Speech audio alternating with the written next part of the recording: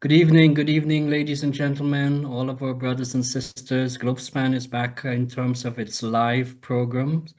The past few weeks, we have been airing some repeat, some challenges with our traveling schedules, but yet we're here back tonight, Globespan, and we would like to welcome all of you, our fellow Guyanese viewers. I'm Nohar Singh, the host for tonight's program.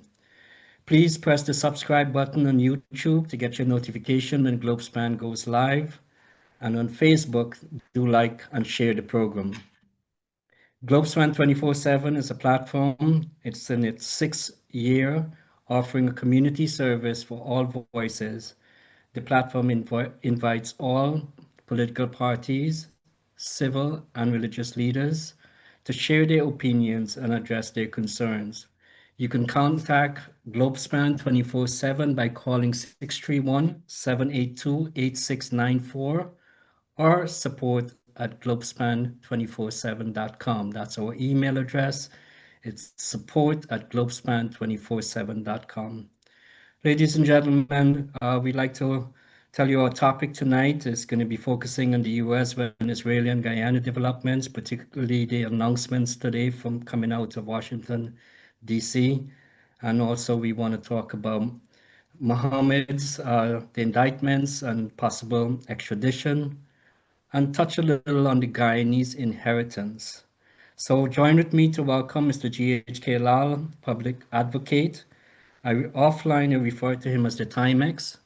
He takes a licking sometime, but he keeps sticking, he keeps pressing ahead. Our hats off to you, Mr. GHK. Of course, we'd like to introduce to you again Mr. Timothy Jonas, Senior Counsel, who has been the cornerstone of Globespan in helping us to bring a diverse conversation and opinions. Tonight, our special guest is no other than Professor Lloyd Griffith. Professor Lloyd Griffith has quite some achievements, and I would like to just mention a few of them to you. He's Provost and Senior Vice President of York College, Dean of Honors at FIU, that is Florida International University, Provost at Radford University, Virginia. By the way, viewers, when I say Provost, he's literally like a CEO would operate for the curriculum, etc. Our Chief Operating Officer in the business will function. President, Vice Chancellor, fellow senior associate roles, I could just continue on that mode. He's also field of expertise, Caribbean security, drugs and crime, sovereignty, transnational threats. All of those will be very essential in tonight's discussion. Wrote 7 books, some of them being the challenges of sovereignty, the impact of drugs, crime, terrorism, and cyber threats in the Caribbean.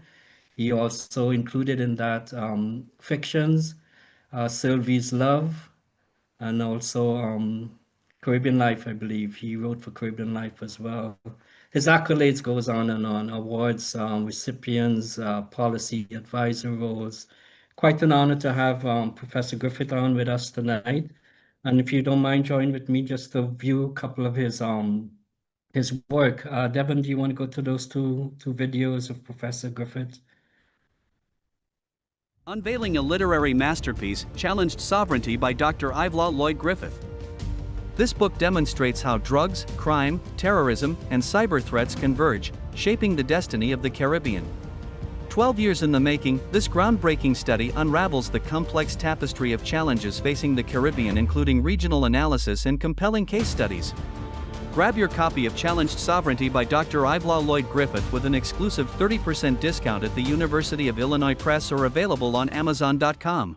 Sylvie's Love and Loss is a gripping narrative set in the heart of the Caribbean. Embark on an emotional voyage, a journey of love and resilience in Dr. Ivelaw Lloyd Griffith's unforgettable novel, set against the backdrop of Grenada. This captivating story transcends romance, weaving a tapestry of personal triumphs and struggles against the country's vibrant social climate. Griffith's characters, richly drawn and unforgettable, embark on quests for love, fulfillment, and the strength to overcome adversity. From the awakening desires in Sex Lesson to the hopeful yearning for reconciliation. Sylvie's Love and Loss explores the complexities of love, the enduring scars of loss, and the redemptive power of understanding. Prepare to be captivated by a story that reflects the universal human yearning for connection and the enduring strength of the human spirit. Buy and read Sylvie's Love and Loss by Dr. Ivlaw Lloyd Griffith today.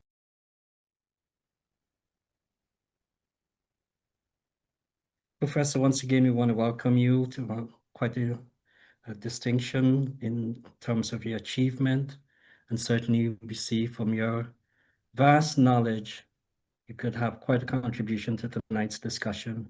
We are entering into the international scene.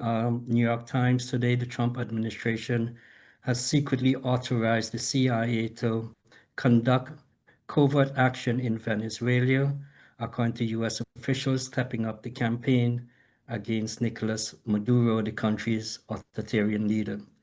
The authorization is the latest step in Trump's administration intensifying pressure campaign against Venezuela. Professor Griffith, I want to start with you tonight. Venezuela, of course, have one of the largest reserve, over 300 billion barrels of oil. Certainly, it's been a neighbor that has been a bit challenging for us of late. What is your take on this? What do you interpret all of this, and how do you see this over the near term?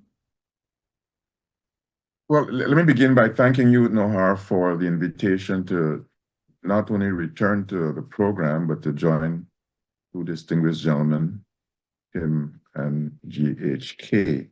And before we came on, the program started recording, I inquired whether both of those gentlemen know that they're quoted extensively in my latest book. And I've got to ask you to do a little promotional of that latest book, Oil and Climate Change in Guyana. But to the question you ask, I sometimes like to frame responses to questions like the important one you pose, Nohar, by invoking a gentleman whose frame of reference will be relevant to the conversation. That gentleman is Donald Rumsfeld. Donald Rumsfeld had the distinction of being the only person in United States history to be Secretary of Defense on 2 occasions in 2 different administrations. And he made famous a proposition in 1982 in responding to a question about America's involvement in Iraq. He said, you know, sometimes there are known knowns, but there are also known unknowns. He also said that there may be unknown unknowns. And I find it useful to use as a framing Donald Rumsfeld's proposition and say that in the context of the question you ask, there are some things that we know. There are some known knowns. I'll suggest a couple of those. But I think the more interesting aspect of it has to do with the likely known unknowns and unknown unknowns that are caught up in this drama. Here are some known knowns. It's a known known that Venezuela has been not in the good friendship books of the United States for a long time, predating Nicolas Maduro. That's a known known. It's a known known that the United States has been interested in going beyond the Maduro regime. A known known. But it's also a known known that the United States, and you refer to this aspect, has an interest in one of the significant natural resources in the global commons, petroleum, where Venezuela is a significant owner of a vast reserve, and in fact, the world's vastest reserve, as you said. It would appear that it's relatively suggestive as a known known that the United States' patience with Nicolas Maduro is coming to an end.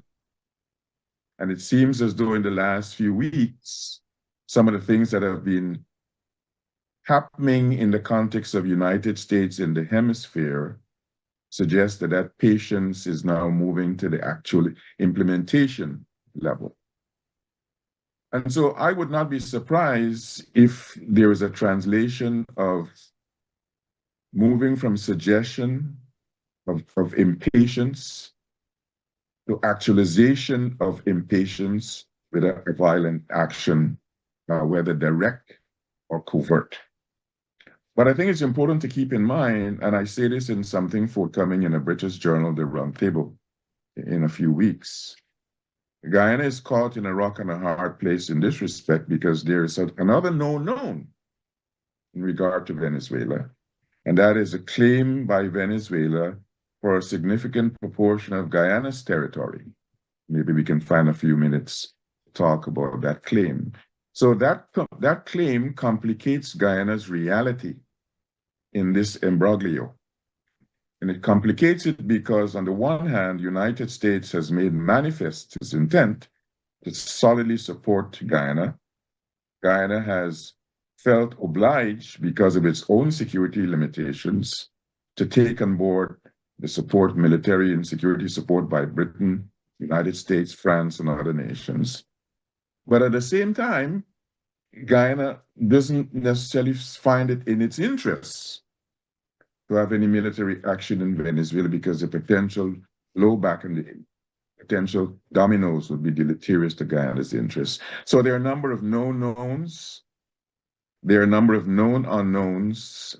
I'll leave it at that for a minute. Would love to hear the thoughts of others before we maybe explore some of the known unknowns that are in there. Mr. GHK, what's your take on these developments here? Good evening, everyone. It's good to be here with the panel, Senior Counsel Jonas and Professor Griffith. I thought we would run out of time before we get to actual talking with the accolades for Professor Griffith. Good to be here. My fellow Guyanese, my privilege to share with you. Today we heard about the announcement, I think it's more of a leak, about covert CIA action in Venezuela, or the authorization for that. Well, I think, to continue from where Professor Griffith left off, it is just making public. It's just making public what has been stirring there, maybe at some level, not necessarily at an intense level, but it's making public what the intentions and the ultimate objectives are of the US government.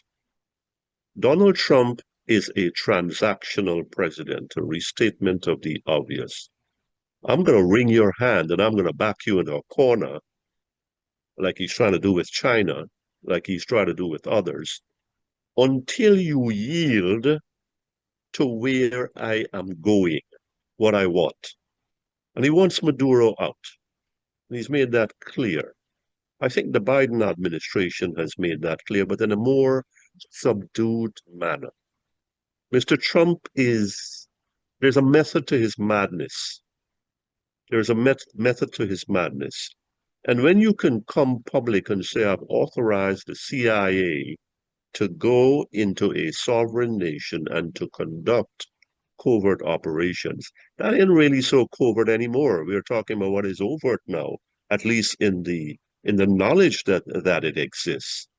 Ultimately, the objective here is to get rid of Maduro and to lay the groundwork for lots of American presence in Venezuela, perhaps Chevron to be freed to explore, Citibank, Goldman Sachs, and there's a lot of infrastructure to be rebuilt, oil infrastructure, public service infrastructure, and we're talking hundreds of billions of US dollars there. So the prize is big. At the same time, and I'm going to wrap this up and let Senior Counsel Jonas come in. At the same time, we are seeing this gradual escalation. We are seeing this intensification. In the past several weeks, we've had 5 aerial strikes, resulting in 27 deaths, and so-called, possibly some, narco-terrorists and drug smugglers, a word that's in vogue now, and lots of discarding going on there of what are international norms. I think we've gone past the point of restraint. I think there's a readying here now for the next step. And the next step is seemingly to me right on the table. Right on the table, and this is the way it's going to be. The counter to that is that China has tens of billions of dollars in assets over there. China is looking at this closely. Russia, where China is, would be looking, and Iran and North Korea. So all of these have to be factored here. And here we are, Guyana, which we'll come to. Here we are, not quite in the middle, but very too close to this for my liking, too close for the liking of any Guyanese, because we are so small and we are so limited and we are so vulnerable in terms of what we represent. And what my last sentence on this is, from a Venezuelan perspective, the friend of my enemy is my enemy, and that is Guyana. Over to you. Point well taken. Senior Counsel? There's so much we don't know, isn't there? I want to put a different perspective on this, Anwar. The more I look at international relations, national relations, municipal relations, I am recognizing that however much you fancy up relationships, whether it's relationships among nations or relationships among politicians, we haven't moved away from the schoolyard. The biggest, strongest boy in the schoolyard makes the rules, and you disobey the rules at your peril. And the consequences are dire and immediate. And questions of morality and natural justice and all of those highfalutin, nice-sounding things are irrelevant. And when you escalate that to Committee of Nations, you can have pretense about the United Nations passing resolutions and creating international law and having treaties and all of that. But the strongest boy in the schoolyard still makes the rules. And if he doesn't like the rules and the treaties and the resolutions that you make in the United Nations, there's not one damn thing you can do. So there's been a flurry in the United Nations when the US bombed, torpedoed, sunk some small vessels in the Caribbean Sea. Nothing you can do. There's no this laughable worldwide awareness that something covert is happening. I think we've lost sight of what the meaning of covert is, if everybody in the world knows about it. But again, there's nothing you can do. So our concern to me is not to look at what international law says, what Committee of Nations says, whether Trinidad supports. We recognize who the biggest, baddest bully in the schoolyard is. And it really for us is to try to understand, knowing that that big bad bully isn't even going to condescend to explain himself to us because we are so tiny. But to try to understand what the bully wants and to see if we can fit that into our own game plan for a mutually beneficial result.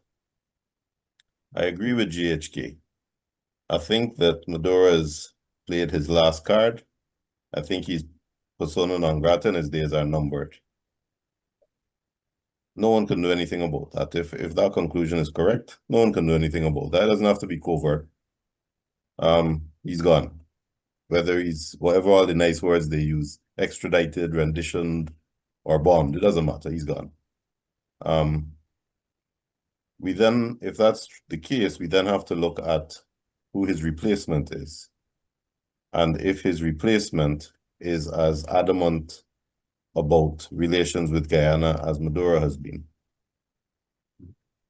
We also have to consider how to position ourselves that we remain under the protection of the US as part of its foreign policy, demonstrating, and I think we have to continue to demonstrate, first of all, support, but second of all, we have to find a way to increase the commercial activity, the military interface, increase America's investment, both militarily and financially in Guyana, because I think that is where our path lies to stability and to a wall against any potential Venezuelan aggression, whether military or political.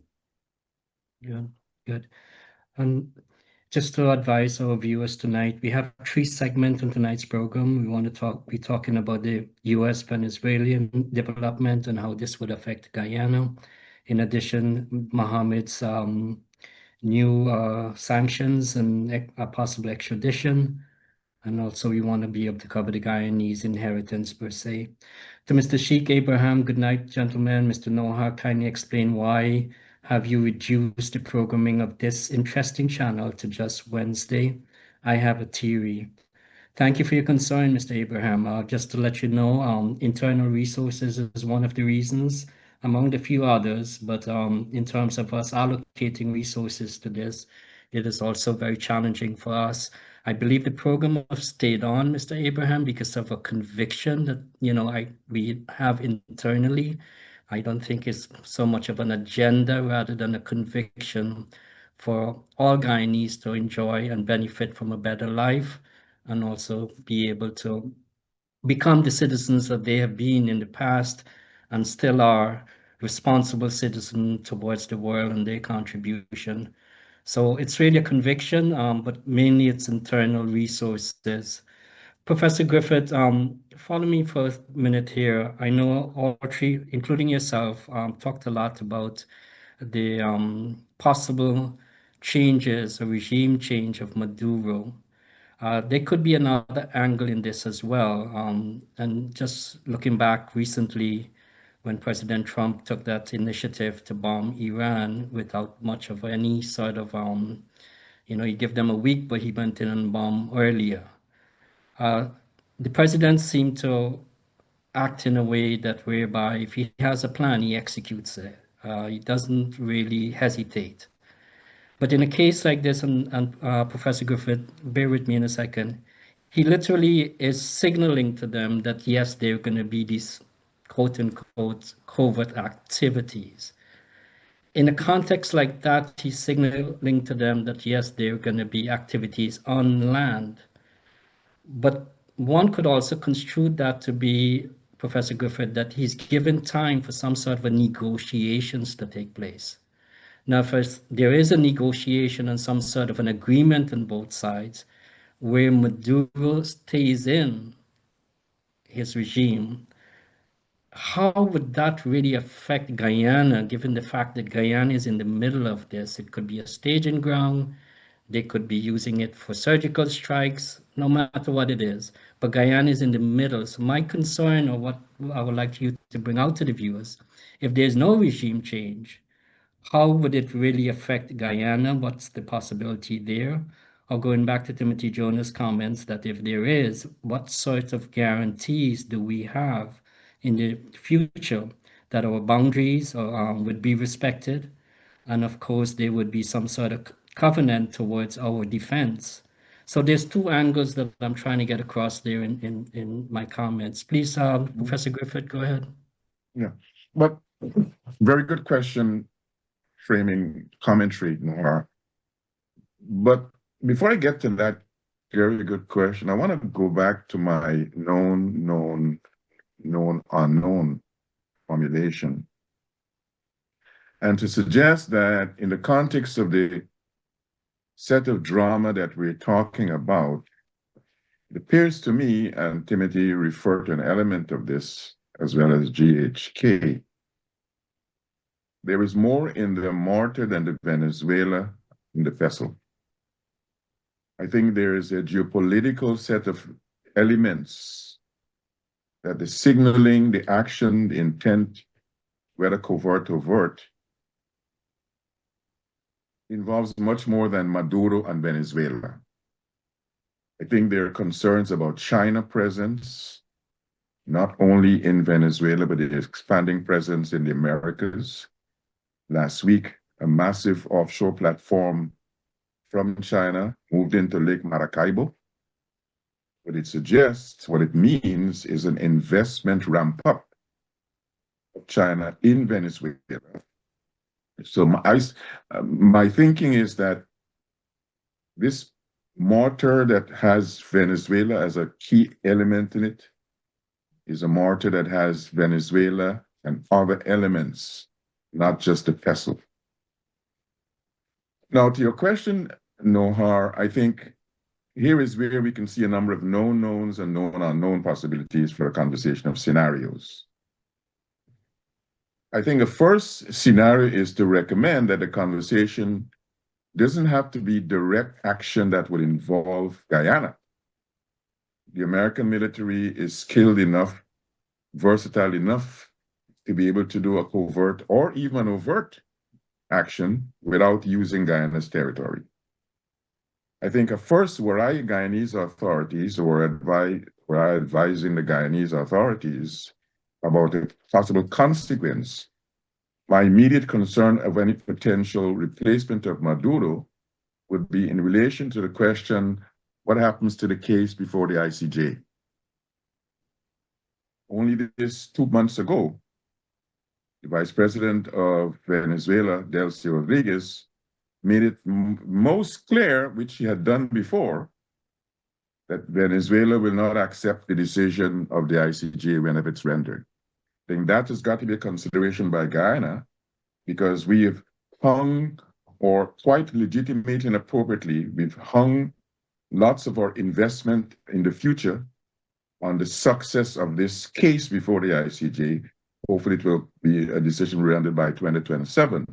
So I think that is a consideration about, will the successor of Maduro hold to this position of ambiguity?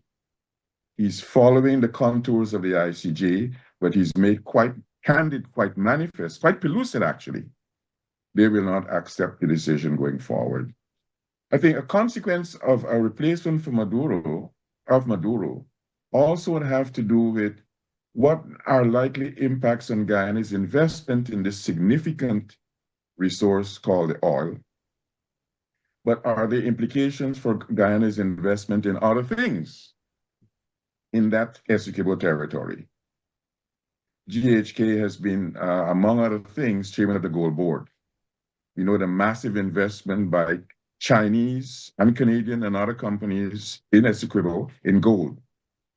We know that other resources in that area have people interested not only in Guyana, but also in Venezuela. So I think we want to be concerned that insofar as investment opportunities are concerned, any overt or covert action would not, first of all, scare potential investors away. Any longevity of action can do that. But once whatever the overt or covert episode is, that let's assume that we are thinking along the right lines of Maduro's expulsion is what the ultimate target is. Long action can have deleterious effect on Guyana for investment by deterring potential investors from coming at a certain time and impacting how the investments. I think there are a number of known unknowns in regard to any impact on the part of covert action to remove Maduro and his potential successor. Now, it is likely that a potential successor might not be the current ostensible leader of the opposition, Maria Machado. It may very well be that there are other individuals who people either in the Trump administration or other parts of the hemisphere want to see in place as successor to Maduro. Known unknowns. Yeah, thank you, Professor Griffith. And again, to GHK and to senior counsel, what I'm trying to gather from this segment here is that um, Guyana, what does this mean for Guyana at this juncture right now? What we have seen is that Grenada, in their discussions with the United States, were able to, for installation of radars at the airport, they are asking for a clear demarcation of their borders with Venezuela. I believe their maritime borders. So they are asking for something that's the known. I'm sure there's much more behind the scene. Trinidad and Tobago Prime Minister Kamala Bisesar, she was able to get OFAC to lift the sanctions on I believe, the Dragon gas deal, and that is now could come on stream for the discussion with Venezuela. So you have the neighboring countries, they're negotiating and they're having the discussions, and they're able to extrapolate or extract from this current environment what is good for their country. So my question to GHK is that what do you think that Guyana is getting out of this? I mean, because we are in the middle. It is, I mean, the CIA, head of the CIA visited Guyana a month ago. We have seen a high level presence in Guyana from the United States administration. So how is it Guyana could be able to extract something that is meaningful, be it ICJ, as Professor Griffith mentioned, or a defense treaty, given within the context of the Monroe doctrines, etc. What is it that we can get out of this? Well, I think the question poses another question. What leverage do we have? I mean, we've got, if we've got leverage, then we are in a position to say, however we say it behind closed doors, to the American powers, the hemispheric assistant secretary to the Secretary of State who has visited us, we've got to say, well, listen, we are caught here. We have been good to America. We have we have done the right thing by Exxon, an American oil superpower. We have crossed our T's in terms of American interests, and there must be a quid pro quo for that. I heard Senior Counsel Jonas speak about we must erect a wall, and I think that is meaningful, that is profound. And so far, the government has signaled, and I don't think that the opposition, such as it is, differs significantly, is that our doors are open. We are that kind of nation, and we are in that kind of era. And so that's music to American investors' ears. And I mean, I'm talking about real big ones here. And the US government itself cannot help but notice this. The Department of Commerce, the Department of State, and so I think that has to be one of our leading cards that we put on the table. Said, look, whatever has been, I think it's been too much, but whatever has been expected of us, we have exceeded, and that must count for something. Now, what is it that the Americans want? What is it that will solidify or cement them more to us? I think they're very much in our corner because of Exxon being here and Schlumberger and whoever else. And I think that we had this discussion before. You weren't here, Professor Griffith, but certainly Senior Counsel Jonas was, about a military base. And I noticed you said it's not necessary given American range of assets, something that I happen to agree with. Now, but if it comes to that, and if you're talking about CIA covert operations, realistically, as a practical matter, I do not see how CIA operations, in the very nature of them, will not have some sort of movement from Guyanese territory, which drags us in, willingly or unwillingly, to the edge. You keep saying the middle, to the edge of this brewing situation. I want to go back to the Vietnam War and say that we are seeing some Gulf of Tonkin incidents here that led to the actual escalation and deterioration into war. And we've had these boats being bombed. We've had the pressures being tightened around Venezuela, around the Maduro regime. And there is, as I said earlier, the intensity of the White House and the State Department and the Defense Department to get to this. Now, having said all of this, from a Guyanese perspective, I am thinking of what does this mean for us here? Could it be that we are, I'm sorry, could it be that we could become, whether we like it or not, the home for a horde of Venezuelan refugees? If you're talking about covert US action, you're talking about deep into Venezuelan territory. And under the fog of war, if it comes to that, we are hearing about B-52s approaching Venezuela, close to Venezuela. And those are one of the mighty arms in the US arsenal. And so you have that escalation, you have running battles. You are going to have a flood of refugees here. You don't need one soldier here from Venezuela. You're going to have a flood of refugees here. And we've got, as mentioned earlier, we've got gold assets there. We've got the Chinese, Xinjiang, we've got the Canadians, Chi Minh, and I think there's another one. And they've got some massive, massive operations there that are, so the longer that this goes on, or the heavier that this becomes, that this can be a problem for Guyana. What does Guyana have here? Other than to say, look, we are with America, we understand what is happening here. And I've heard President Ali say, and to his credit, in his favor, look, we are a zone of peace. Whilst the others are rattling, some of them in the region are rattling the sabers and beating the war drums, he has been a sober voice, at least publicly, to say, we want to continue to be a zone of peace. And what I'm hearing there is like, look, we recognize that the US has its conflicts with Venezuela. We have our own from 100 years plus. But at the same time, we are calling for some balance here. We are saying that America must do what it has to do, but we also recognize that Guyana has some exposure.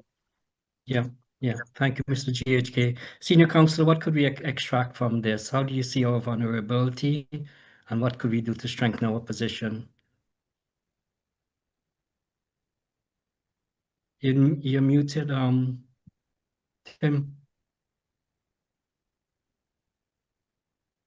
I smiled when I heard GHK say, discussing President Ali, saying we're a nation of peace.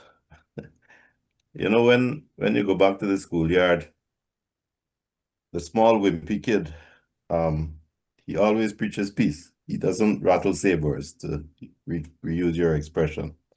We can't fight. So of course we're advocating for peace. That's not where you look to see where we can leverage. The only way we can leverage is to demonstrate that we are a more reliable and more profitable trading partner than anyone else for the Americans. I, as you know, have been saying for several years that I would like to see a US base in the Essequibo region. That would be beneficial both politically and financially. Any town in Region 1 that is next to a military base will immediately prosper and grow. The resources that are available in Region 1, I remember a French company had found nickel up there, and of course there's timber and that kind of thing. It provides an opportunity in that new stable environment for serious commercial growth and for routes to be established to Georgetown, to the Pomeroon, which I think we can only benefit from. So I would love to see that. I also feel that we need to be very clear, and we have done this, that we honor our agreement with Exxon, we honor our agreement with all the other investors that are here. We have not always been good about that. Barnum was notorious for not being a reliable trading partner. But under Hoyt and his successes in the PPP, we've improved in that regard. But I think that's where we have to go. We have to show support. We have to show that we're reliable. Now, one of the things that is coming to me is it's a theory that I have. I think that the drug trade is a big part of this. You see, as our systems fail in Venezuela, and as the administration in Venezuela, including their customs and their shipping lines, become more corrupt, I believe that drugs from Colombia that cross over into Venezuela can be exported more easily in a corrupt and porous administrative system. Maduro did not do as good a job as Chavez in keeping the structure. And I believe a big part of what is going on is based on the recognition that Maduro has not kept the drug trade under control. And that is seen by the US administration as a direct threat internally to their internal stability and their internal social situation. So for that reason, again, I think that Maduro's days are numbered. But from our point of view, we have to show stability, we have to show support, and we have to find as many ways as we can to increase US investment, increase US presence, and increase the symbiosis that accompanies business transactions and business investments. To me, that's our holy grail. That's where we have to go. Actually, Tim, I never knew that you advocate for a base in the DRC Cuba. This is the first time I'm hearing this. Quite interesting. No, I want to offer a footnote to Tim's proposition regarding a base. And that is to say that, even if only as a reminder, an American presence in Guyana is viewed by others as much more than a potential presence in one part of South America. I think it's important to keep in mind the history of American relations with many South American and Central American countries, and the harsh memories of American presence which for the last several decades has led Brazil, for example, to see itself as a champion of minimizing the extent of a direct American military presence in the continent.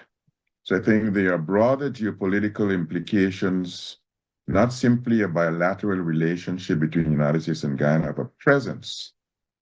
It will mean other dynamics need to be taken into consideration as Brazil and Guyana develop closer relations, energy, security, agriculture, and so on. I think the conversation about a military presence of American military in Guyana raises a bunch of other considerations geopolitical about South America and the Caribbean that we want to keep in mind. Thank you for that, Professor Griffith. And a footnote from my side as well would be we need to be prudent about our physical health.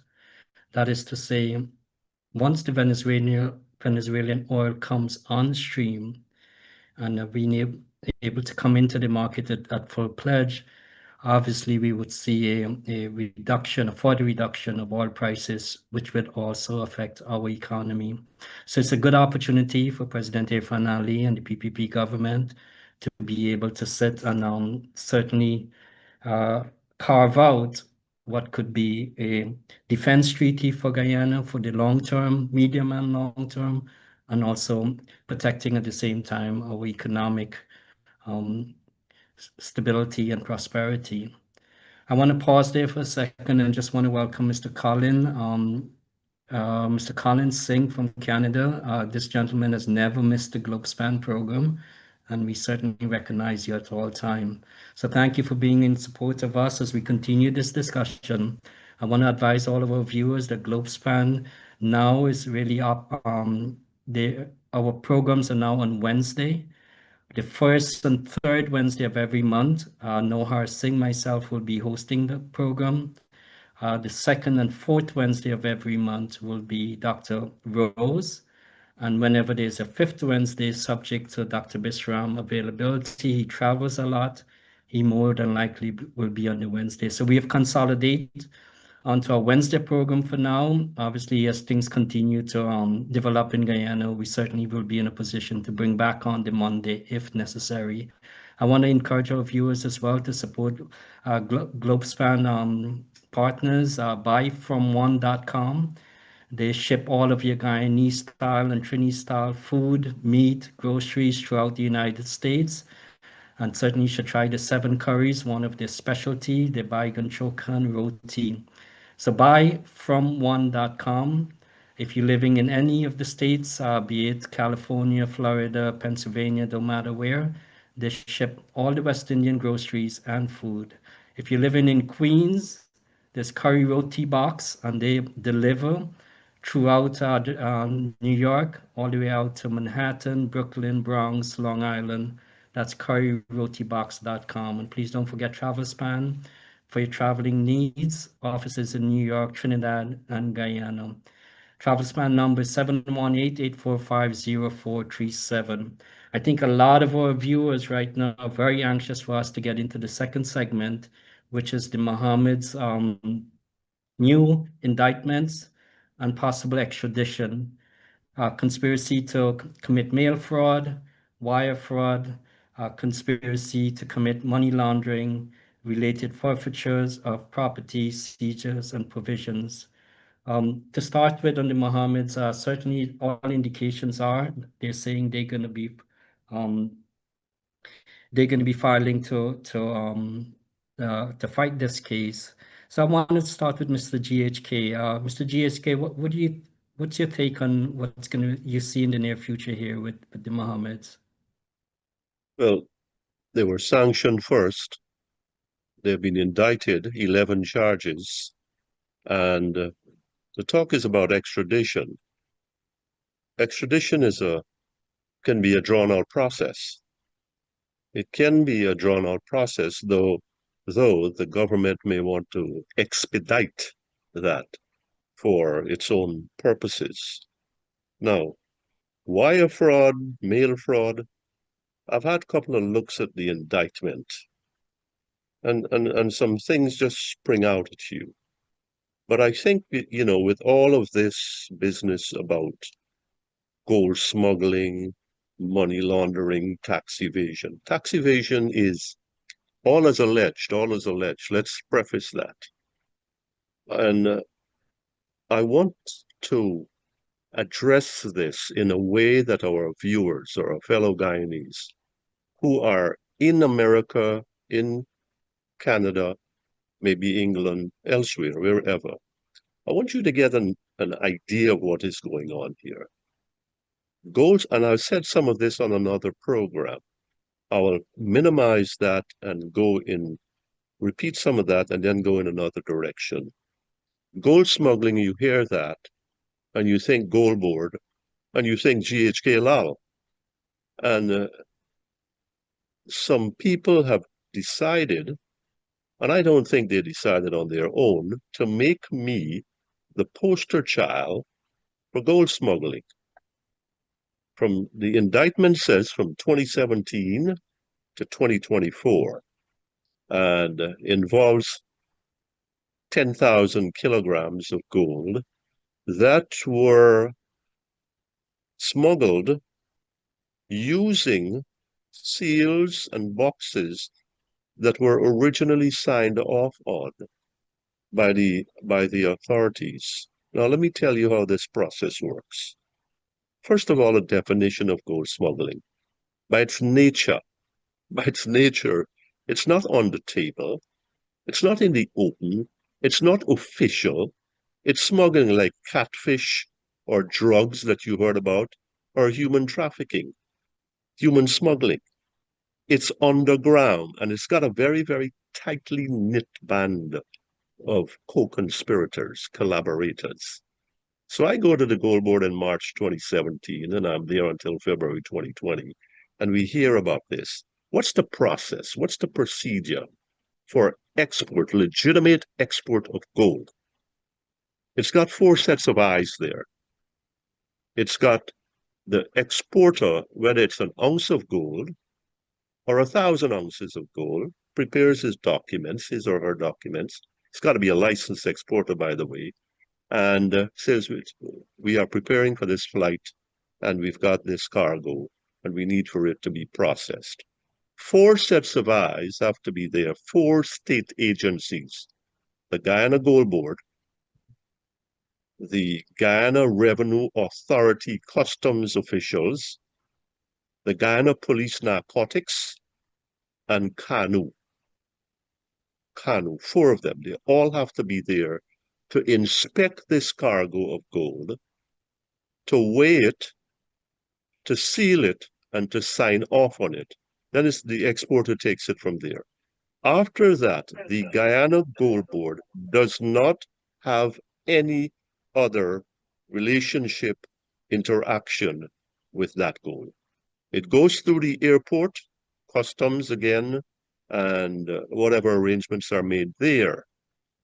So when we are talking about smuggled gold, it is happening off the radar, and the indictment says government officials, state officials. So I find myself dragged into this. I was a government official, the non-executive chairman of the Guyana Gold Board for part of the time of the indictment from 2017 to 2020. Now, let me say this before everyone here. All the business of the Guyana Gold Board, whether it involved the Mohammeds or the other exporters, whether it involved a customer with 1 pennyweight of gold to be declared at the Guyana Gold Board, the customers had a right to see me. But they have 2 conditions. They had to see me in the premises of the Guyana Gold Board, in the offices, and the second condition, there had to be somebody else there. There had to be a senior officer there. So nobody's going to come in there and say, I try to come out of that room and say, well, I asked them for a bribe. I try to shake them down. In addition to that, I have had no relationship with the Mohammeds or any other customer outside of the Gold Board during my time there and for years after. So this is bigger than John Doe or Mary Doe putting GHK Lal front and center of this. This goes to the actions that I have contemplated, that I've authorized, are going to put Mr. Anil Nandalal, our Honorable Attorney General, his respect for the rule of law and the rule of law in this country. We'll see what kind of justice system we have. We'll see how robust the president is about misinformation and disinformation. We'll see about where this goes in terms of the Mohammeds as alleged gold smuggling, money laundering, wire fraud, mail fraud, all the rest.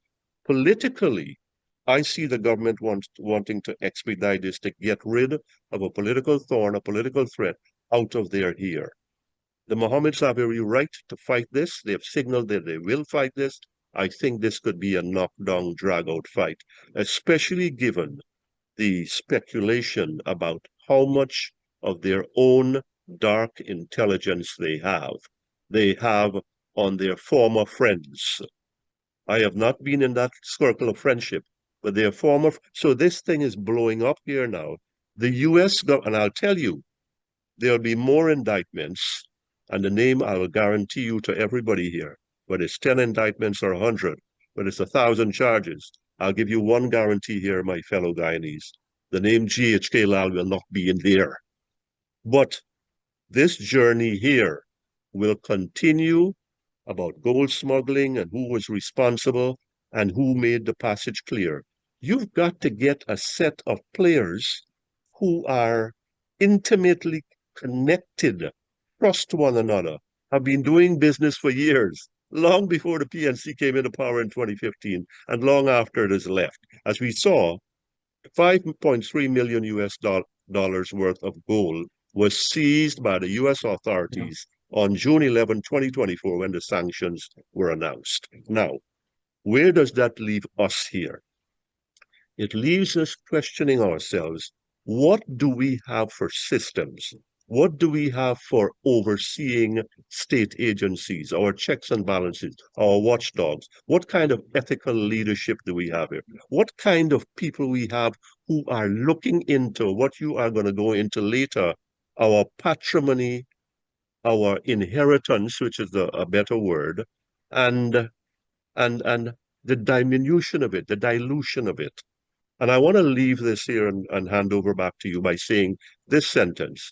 Instead of saying what the government, the ants nest that the government has stirred up here by dragging me into this, because they're going to be under the radar here. And I tell you, this thing is going to reach outside of Guyana. I want to leave this Creole quote with everybody. I hope I bring a smile to Mr. Jonas's lips. When you dig a hole for your matty, you dig in one for yourself. You're digging a bigger hole for yourself. And that is just what has been initiated here. And this is where this gold smuggling business and all the relationships with who was a friend of the Mohamed and a sponsor and a godfather. And it certainly wasn't me. Well, thank you. Thank you for that, Mr. GHK. Tim, keeping at the backdrop of what GHK mentioned, the ants nest, the additional indictment coming, and all of these things, I want to pause for a second. That would be the backdrop of what I would ask for your response. But I want to also relate it to President Ali. So just pause for a second. Devin, could you bring up President Ali was awarded and named Times Magazine. I believe that's the next among the 100 rising global leaders shaping the future. So we want to congratulate President Ali for that award or accomplishment there. And staying on the subject of President Ali, his first term has finished him. There are many in the, are saying that his first term was really shared. His legacy really is not going to get the full credit of what was accomplished in his first term. Now, he's less than 90 days within his second term, which is now going to be his legacy. He's announced a slew of announcements: electricity, smart grids, ports, shipping links, gas, energy and power generation, bridges, social health, digitalization. I mean, he's firing on all cylinders. So here's where I would like to guide this, if possible. You're free to, of course, comment on Mr. GHK or what he said in the procedures, etc. But he mentioned about the ants nest. He mentioned about more indictment. This young president who is on the world stage, this is going to be his legacy. Is it going to be what we would call simple man language? Would his legacy be muddy? Would he be associated indirectly or directly with these type of allegations? I mean, how does this affect his presidency and his legacy? I mean, if you could kind of converge those two together. Tim? I think one of the tragedies of our society now, Nohar, is that Guyanese don't care. You are a loyalist to your party. If your party rigs elections, you hope they succeed. If your party is corrupt, you challenge the people who accuse them of corruption by saying, prove it, as if anybody can prove corruption by hard evidence because the people go and sign documents saying, yes, I'm corrupt. So you support your own. So nobody cares about that. And if you want better evidence of that, you only need to look at the fact that the WEN party was under a cloud of sanctions and won more votes than the PNC, the permanent party in Guyana since independence, despite that cloud of sanctions. And when you look at the social media comments on all the dirt that the PPP threw at the WEN party through the campaign season, there were photos of party leaders with naked and scantily dressed women, and the response from the social media keyboard warriors was well, at least we know he's not homosexual, introducing our homophobic culture again. There response to the Lamborghini issue was the PPP had to know about it, and they were hand in glove with the corruption. So there's no attempt to show that you are innocent or of a higher moral quality than your competitors, and there's no need for it. It's as if everybody's fighting in the mud, and everybody likes the mud, and everybody's muddy. So when you speak about a legacy, marketing is more important than truth. And I'm afraid that's where we are. And we are so accustomed, so climatized to the nasty politics that is Guyana. I don't think most people care very much. So what you end up with is the loyalists touting for their own and cussing on the other side, and it'll be exactly that way all the way through. Now, you're right, there's an effort by the government to show that a lot is being done. And let me say a lot has been done. There's an economic boom as a result of gas and oil, yes, but also assisted by our open market approach to things, where you are seeing buildings going up, you are seeing construction happening, new companies, new organizations. The expenditure of money in this country is unbelievable. You just got to drive up Heroes Highway to see the new organizations going up, the new hospitals, the new ventures, the new businesses. It is astonishing. I don't attribute that to any extraordinary new economic policy. Gas and oil came, therefore the investors came, and the government was wise enough to step back and let it all happen. So it's chaotic, but as someone said to me recently, rapid growth can never be painless. There will always be problems. So what legacy are we talking about? The response of the WEN party to these charges, and I also read the charges, and let me be clear, these are charges. These are not facts. These are not convictions. No one knows if they're true or not. This is what is alleged by the district court in the US. I can't remember which court it was that Miami-Dade.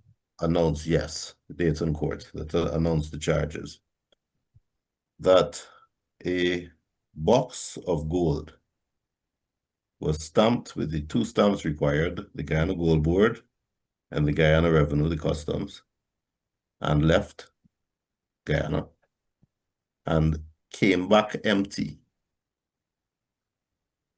but with the seals intact, and again was filled with gold, and again sent out of Guyana under the protection of those same seals which had been used for the previous export. Whether it's true or not, no one knows. But how it works in Guyana is that when you got a gold mine, you are obligated to keep a register, keep a ledger on the mine that records all production of gold. All that gold has to be sold either to the gold board or to registered purchasers. So from the time the gold comes out of the earth, the system contemplates that it is checked, it is recorded, and it is traced all the way to the point that it is exported.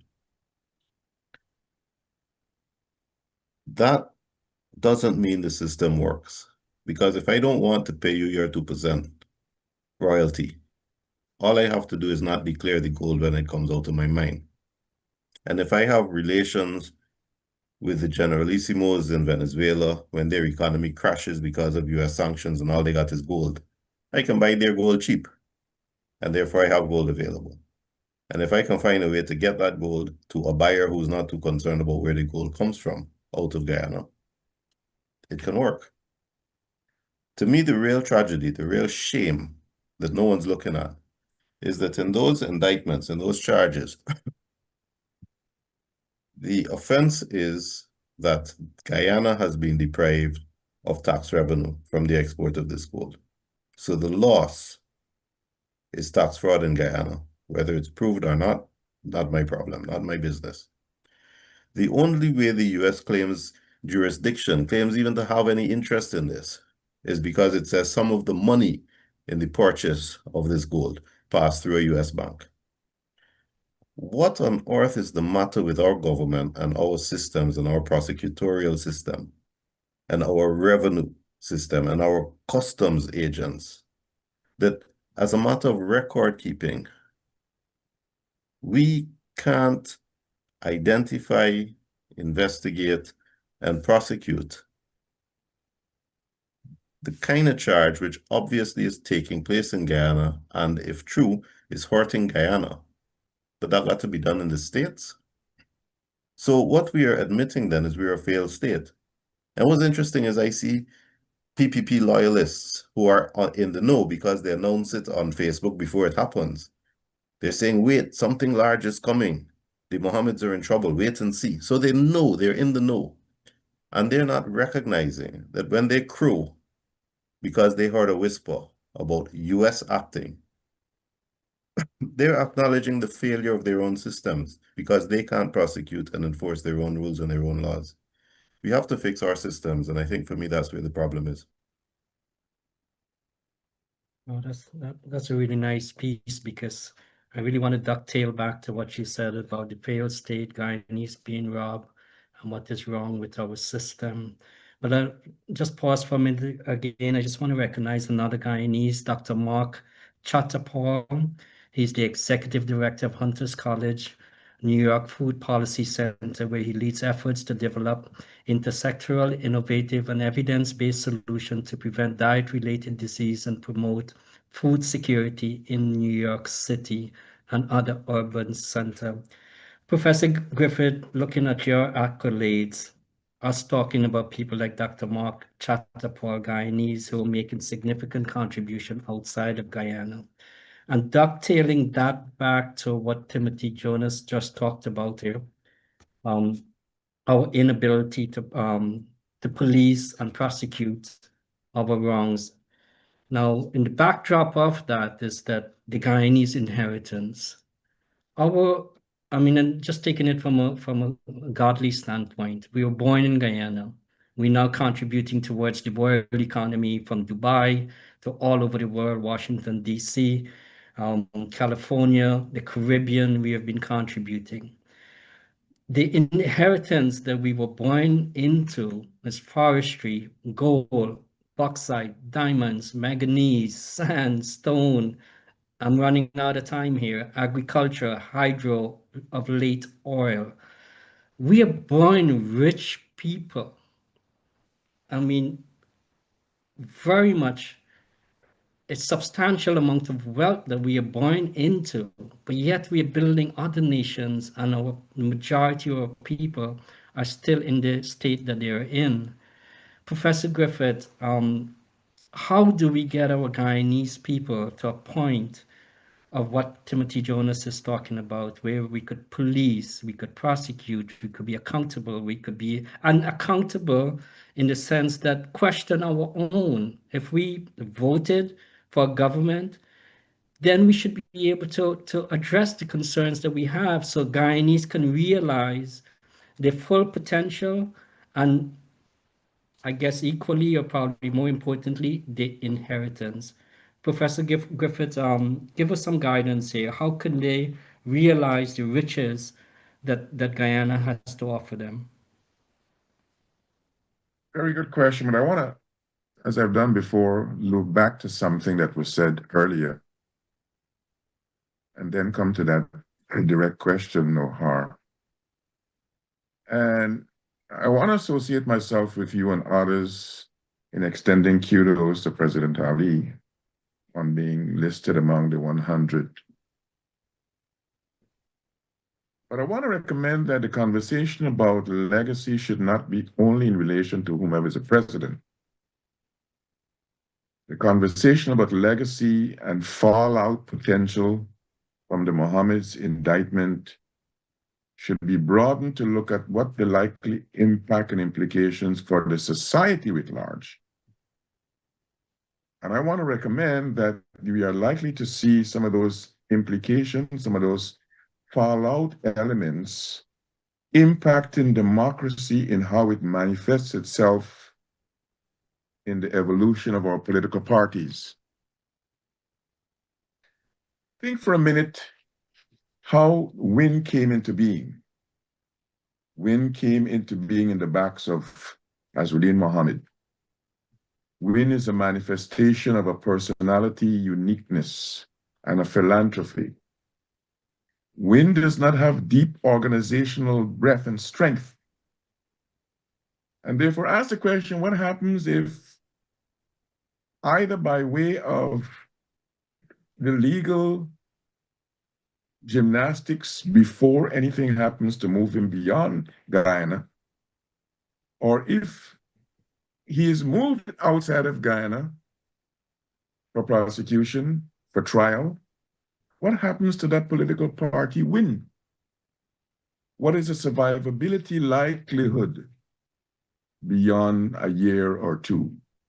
And what, therefore, in the context of how the devastation of the September 1 results has meant APNU, PNC, what happens if there is no WEN and there is an emasculated APNU, PNC? What happens to the democratic edifice? How many parties will rule Guyana? So I'm suggesting that the conversation needs to be broadened beyond President Ali and a legacy, to begin to think about what are the implications of Mohammed's absence, whether short-term or long-term, for this political party, which has garnered such a significant amount of support. It has displaced a party almost 70 years, which for the first time in Guyana's history is not in the government or the opposition. What might that mean for a future of Guyana? Not thinking only in terms of the 2030 elections.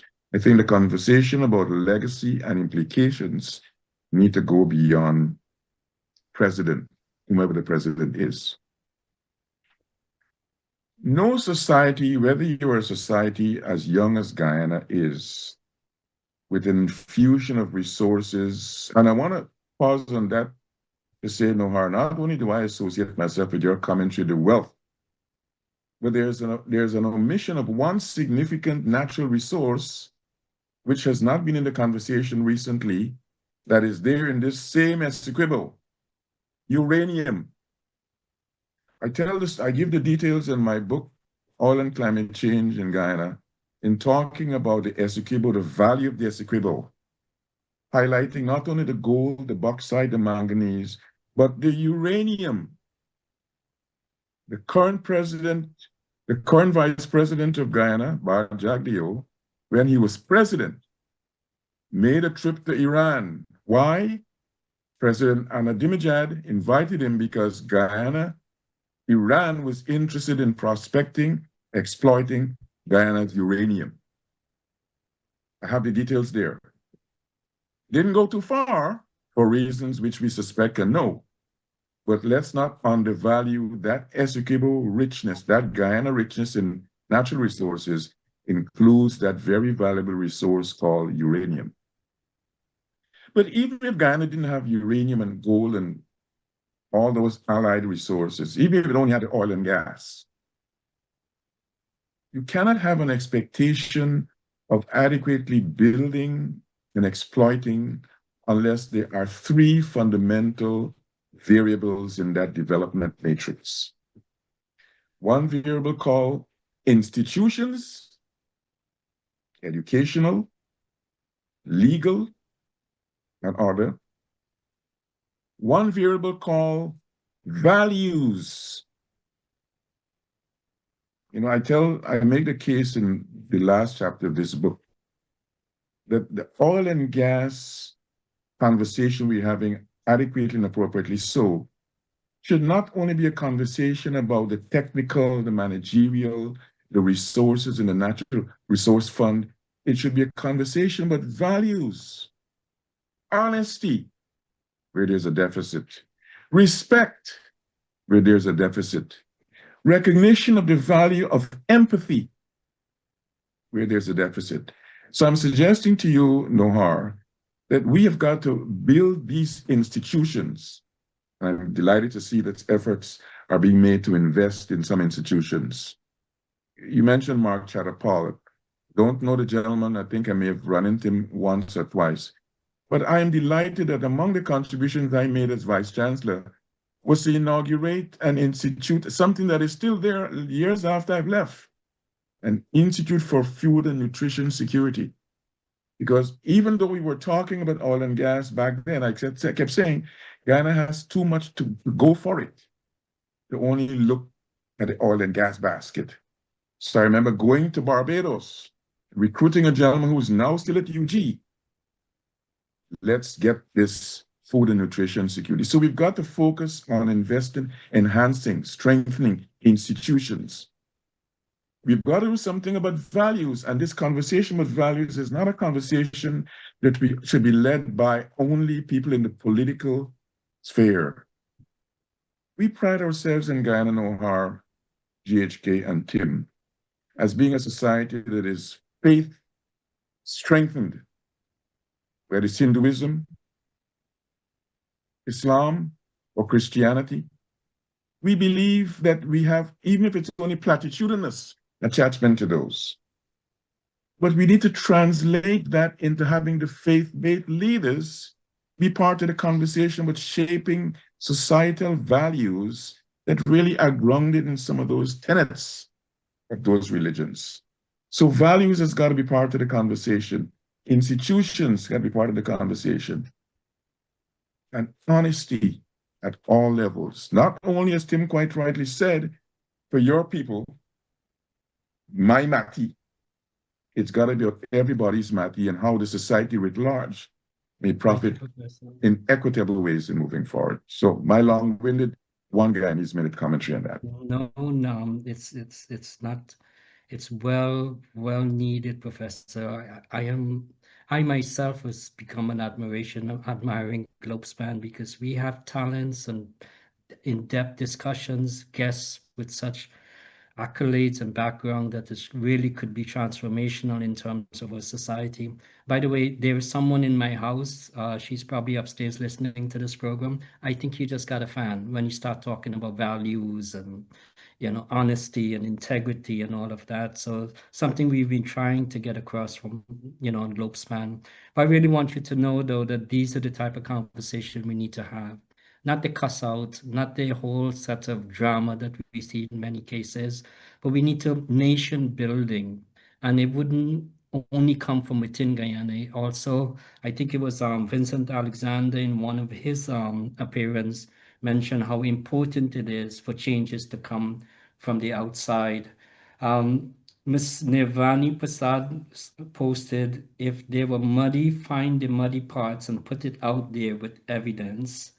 And I think Nival Sita posted something about the legacy is really Barris Jack, their fourth term. So they have different opinion on this legacy.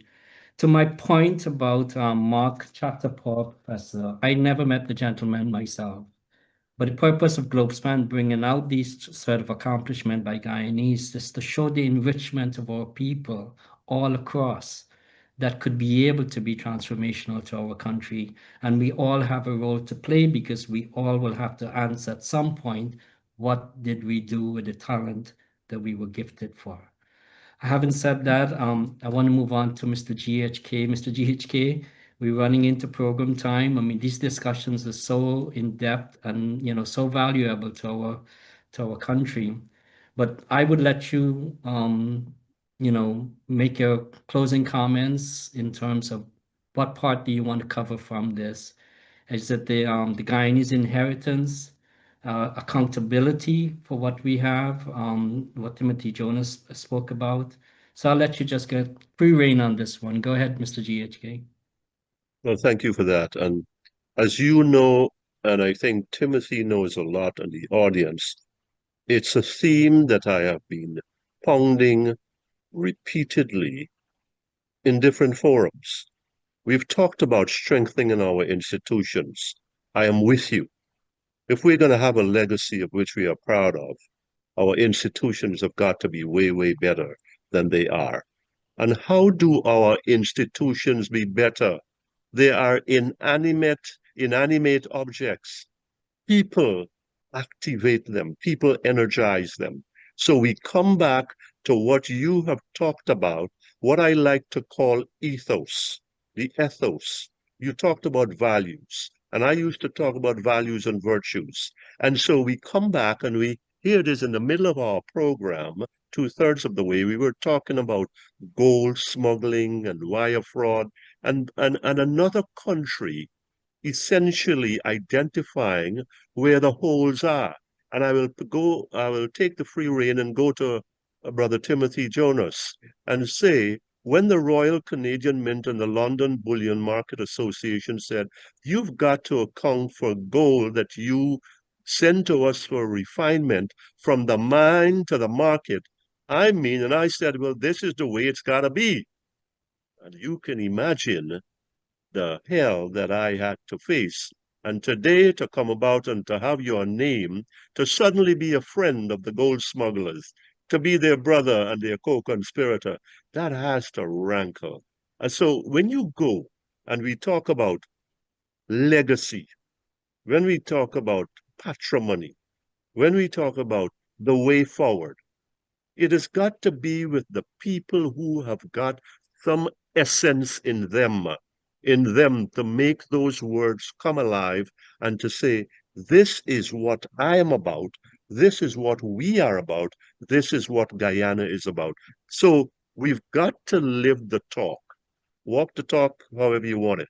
So you go to a gold board, you go to the office of the president or the office of the vice president or the office of the leader of the opposition, whoever that is. There must be a sense here that politics aside and real politics considered, that we are dealing with people of honesty and honor.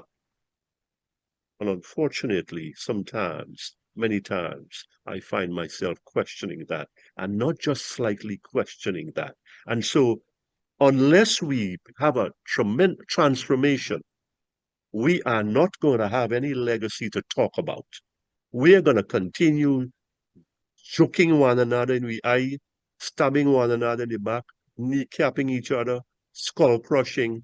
So we've got to come to that place and be honest with ourselves and say, Lalin preaching here, no harsing in preaching. We are talking about the territory that we have and how we as citizens, we as contributors, whether we are in Ivelaw Griffith's territory overseas, Mark Chatterpall's territory, the Trolls' territory, we've got to look at ourselves in the mirror and say, you know what? I put forward the best that I can, not just for my party, but for Guyana. And when we can do that, for my neighbors, for the people in the opposition camp, for the people who disagree with me, then I can say that we have started on the road that we can talk about legacy and get the best out of this inheritance that we have got. And with that, I say thank you for having me here. God bless you all. My pleasure to share here tonight. Mr. Sheikh Abraham posted, Mr. Jonas, the content of Globespan is that it's mature, factual, and unbiased. So we want to thank Mr. Abraham for those really positive comments. Timothy Jonas, we had a series of different discussions tonight. US-Venezuela, how is that going to affect Guyana? Possible Mohamed's extradition, and as you pointed out, innocent until proven guilty, but the lapse is really, the bigger picture involved with that would be our lapse, our inability to police and our own system. Then we also had the distraction probably of from the legacy of President Ali, possible distraction given what's happening here. And also we talked about the Guyanese inheritance. I was told to use the word Guyanese patrimony, but I wanted to use that word inheritance them so that all Guyanese could understand this is something they were born into. Inheritance is something you get without having to work for it. And they were born into these riches, and they have not been able to realize it. I talk a lot, and Globespan talks a lot about the accomplishment of Guyanese, but so not often enough we talked about do we talk enough about the sufferings of Guyanese over the years? So Tim, you choose, free reign, your closing comments. That's a tough one, Noah. Thank you. First of all, It was a pleasure to be on the program with you three gentlemen. I hear what you say about Guyanese patrimony. Now, it raises something. As you know, I'm all about systems. So I criticize because our system doesn't allow us to investigate and prosecute free of fear or favor. Everything is corrupted, including the police force, the investigation, the prosecutorial arms, but I'm about systems. And what I'm seeing is that gas and oil is making Guyana such a hugely attractive place for investment, and making Guyana and the few Guyanese, we're only 750,000 in Guyana, maybe another 500,000 out of Guyana, potentially very wealthy. I am seeing people coming to Guyana and applying for Guyanese citizenship. And as a system, because that supply and demand system has suddenly reversed, that now the demand is huge, everybody wants a Guyanese passport. I'm afraid that the government has done nothing to recognize that change and to curtail it. If I had my way, in 5 years or 10 years, a Guyanese passport would be the most precious passport in the world, because the few Guyanese there are, combined with the amount of potential wealth that we are seeing, should make a Guyanese passport. We should be first-class citizens throughout the world. But if we recklessly, carelessly allow foreigners to come in and apply for Guyanese passports, as we are doing and as we've already seen, so that foreigners now own mining concessions that on the law are only for Guyanese.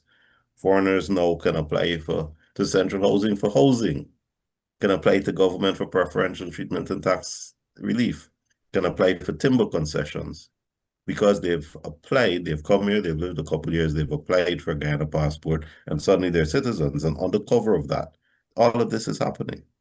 I think as a system, I would like to see the government impose very, very strict control on who they allow citizenship to. The Constitution says you can apply, but it doesn't say you have a right to become a citizen. It imposes minimum qualification standards for the application, not mandatory qualifications that you must give people citizenship. And we need to protect our patrimony for people who are Guyanese, for people who endured, for people whose families, whose ancestors endured slavery, endured indentureship, came up through the horrendous days of Burnham, the marginally better days of Hoyt, endured the problems that we have faced. That is the group that should benefit from our patrimony. But if you look around Guyana now, you see plenty of people who are not Guyanese, but who are benefiting. And that's something we need to welcome our investors. We need to treat them well and treat them fairly in a level investment playing field. But we need to protect our own patrimony and make that Guyana passport a thing of value that I think it should be. Well, really good comments. Devon, if you don't mind, I mean, it's not often we have someone like Professor Griffith on with us. Extend us a few more minutes, Devon, and let me extend those few minutes over 2 or 3 minutes. Professor, on your closing comments, please.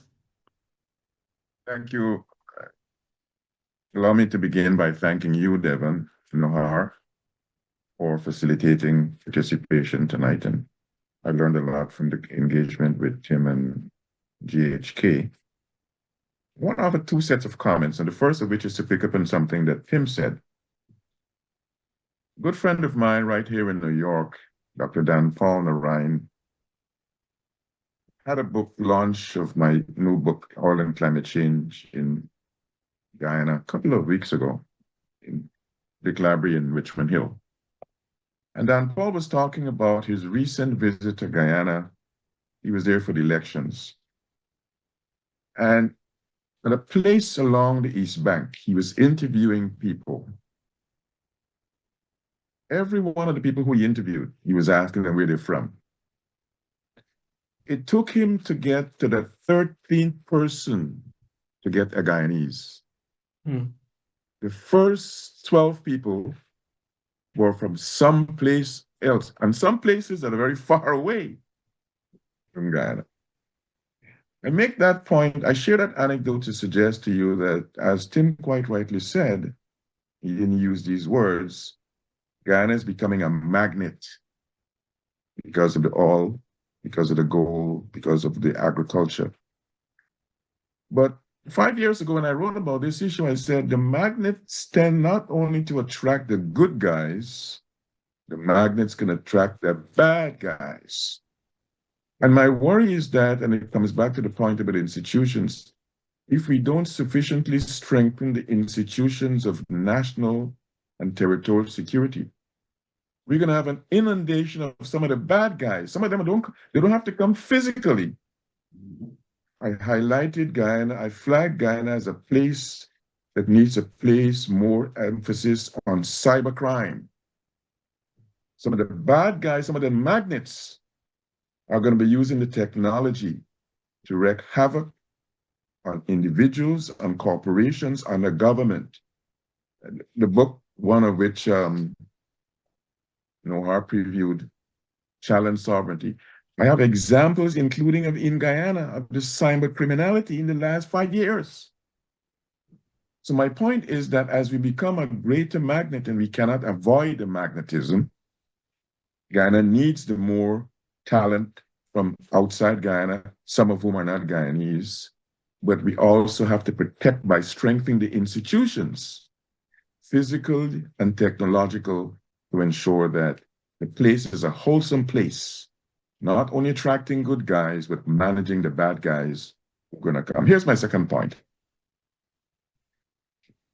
One of my favorite writers of all time is a gentleman called Rabindranath Tagore. First person in 1913 from the global South to win the Nobel Prize for Literature. When some of the folks in Guyana at the Indian Embassy learned of my great respect for Tagore, I was invited to do a fabulous week in 5 different states of India. But Nohar, I had a special opportunity to give a lecture at a university in Calcutta dedicated to Rabindranath Tagore's legacy. And I quote one of Tagore's favorite sayings of mine in that Guyana Oil and Climate Change book. And here's what Tagore said that is relevant for my commentary here. He said, "You cannot cross a sea by standing and staring at the water. You cannot cross a sea by standing and staring at the water." 2 things are required. You've got to have an intentionality to cross the sea, and you've got to have the action to cross the sea. Guyana is at a cusp where intentionality and action are manifest both in intent and in practice. But it is how we do the action, whether or not we practice, as I recommended the final chapter in this book, where GHK is cited as an example of that. Whether we practice what in Latin is called audi alteram partem. Listen to the other side. The other side may not be pleasing, you may not like what they're saying, but to strengthen your capacity for action that is positive, you've got to hear other sides. Listen to the contrarians. I think as we move into a new phase, the oil bounty, whether it's in regard to the production sharing agreement, or to the oil spills, or to the use of the patrimony called the Natural Resource Fund, there is supposed to be, in my view, more inclination to audi alteram partem. Listen to other sides, and then act on some of what the valuable things from the other side coming to you is all about. Take those and act on them. Thank you, Nohar, for being here, and good night to GHK and Tim. Well, words of wisdom indeed, words of wisdom. And the fundamentals of Globespan formation was based on bringing in all sides. So viewers tonight, my fellow Guyanese brothers and sisters, count the cost of what are you losing from your patrimony, from your inheritance as a result of our actions and in many cases our inaction. And by using the word inaction, I want to encourage you to become ambassadors. Speak to your fellow Guyanese, be it in outside or inside of Guyana. Let them come to an understanding of counting their cost for what their actions can result into. Saying that, I want to thank all of you guys. You came back on very strong. Our YouTube audience was very strong tonight. I really appreciate it, and certainly it was a pleasure, Professor Griffith. It was such an honor to have you on tonight. Mr. GHK, it's always good. Many people always commend you being on this program. And Timothy Jonas, quite a few comments of you being on point as always. So thank you, gentlemen, and viewers, thank you very much. Have a good night, everyone. Have a good night. Thank Thank you. you very much. All right, Stay gentlemen, it was a blessed. pleasure.